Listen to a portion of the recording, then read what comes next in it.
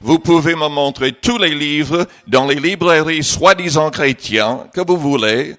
La parole du Christ, il ordonne qu'on reste célibataire ou on se réconcilie. C'est tout. Nous avons dans cette ville même des pasteurs qui sont divorcés ou qui se sont mariés avec des divorcés et qui justifient la chose même en écrivant des livres. Vous pouvez jeter tous les livres, que ce soit évangélique ou autre. C'est ce livre qui va nous juger. C'est la parole de Christ qui va nous juger. À cause de sentimentalité, parce que les pasteurs croient que le Seigneur n'est pas assez puissant pour garder quelqu'un célibataire, il remarie les gens. J'ai mis dehors des gens d'autres ont marié, ont baptisé, des gens qui commettaient des adultères comme vous ne pouvez pas imaginer. Ils n'ont même pas posé de questions dans ces autres églises. Vous savez, au jour du jugement, ça va être un choc terrible. Ça va être un choc terrible. Parce que la Bible enseigne, Jésus a enseigné, que c'est lui qui va juger. Selon Jean 5, le Père a donné tout jugement au Fils. Et Jésus a dit clairement qu'on serait jugé d'après sa parole.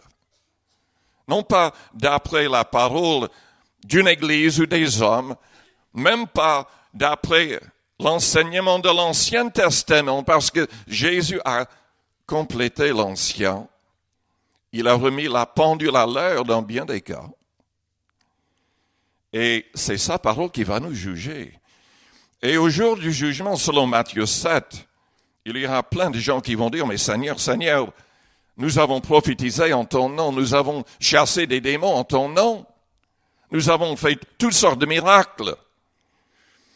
Et il va leur dire, je ne vous ai jamais connus. Partez, vous qui commettez l'iniquité. Et c'est clair en lisant ce chapitre-là, que c'est parce qu'ils n'ont pas obéi à sa parole.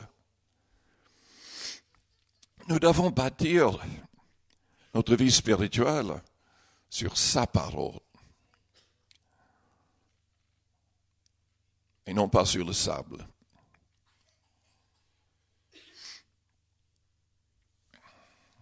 Aimer est un choix. Si Jésus nous ordonne d'aimer nos ennemis, c'est un choix. Ce n'est pas un sentiment. Les gens disent, mais je suis amoureux, je vais me marier. Et 2 semaines plus tard, ils disent, mais j'ai plus ce sentiment-là. Elle me casse les pieds. L'amour divin n'est pas un sentiment. C'est un choix. C'est un commandement. On choisit d'aimer sa femme, on choisit d'aimer ses ennemis. On prie pour eux, on leur fait du bien, on ne réagit pas comme les gens du monde. Ou est-ce qu'on réagit comme les gens du monde? On parle contre nous, on fait de même. On parle contre eux.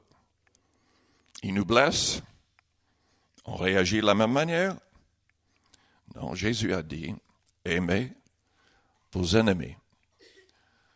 Mais si vous n'arrivez même pas à aimer votre femme ou votre mari, comment est-ce que vous allez obéir au Seigneur et aimer votre ennemi?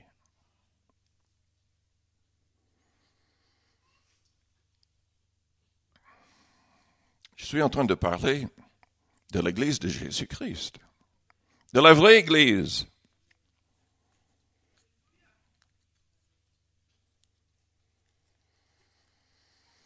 Quand on aime,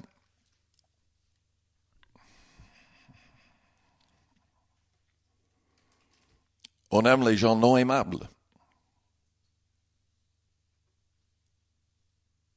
Quand on aime comme le Seigneur, on aime les gens non aimables. On ne se laisse pas trop troubler par leurs paroles ou leurs réactions. On voit la personne différemment. On réagit différemment que les gens du monde. On cherche comment on peut aider la personne à devenir comme Jésus-Christ. On est patient. Selon 1 Corinthiens 13 qui parle de l'amour dont nous avons tous besoin, c'est marqué qu'on ne soupçonne point le mal. Quand on aime comme Jésus-Christ, on ne critique pas, on ne condamne pas, on ne juge pas,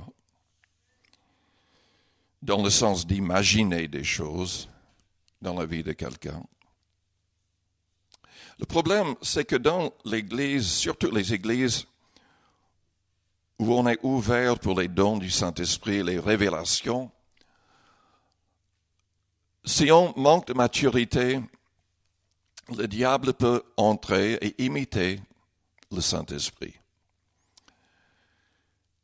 Ça peut venir directement de notre propre cœur. On commence à croire que le Seigneur est en train de dire que Maryse vit dans le péché.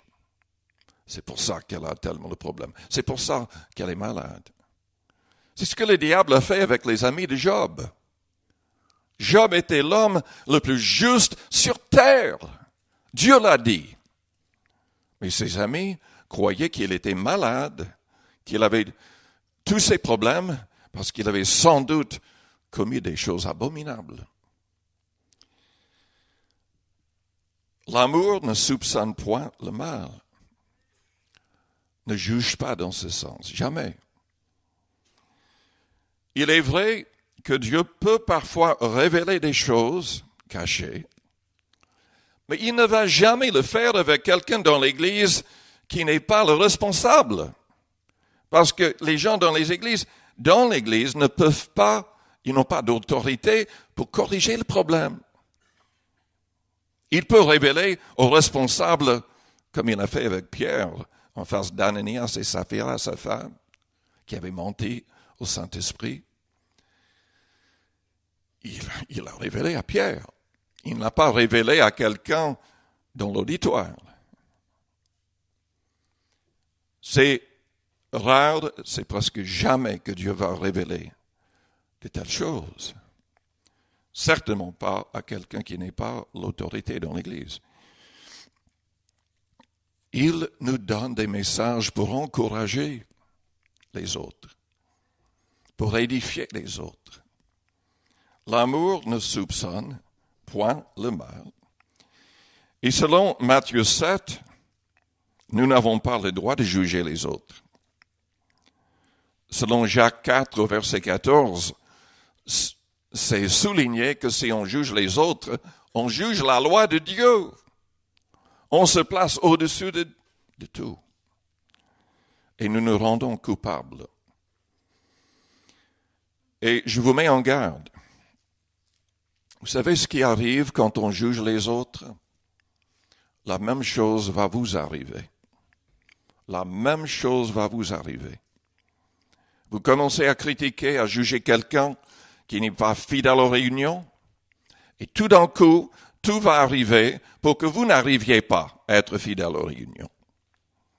Vous critiquez quelqu'un qui, parce que leurs enfants ne sont pas convertis, attention, vous allez voir vos enfants s'éloigner du Seigneur.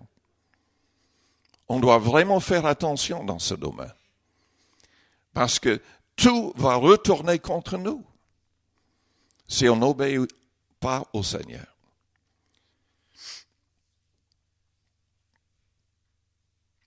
Jésus désire que les membres de son Église soient patients avec les autres, remplis de compassion. Jésus a aimé comment? Il a aimé ses ennemis de la croix. Il a prié, Père, pardonne-leur car ils ne savent ce qu'ils font. Avec les croyants, il était incroyablement patient.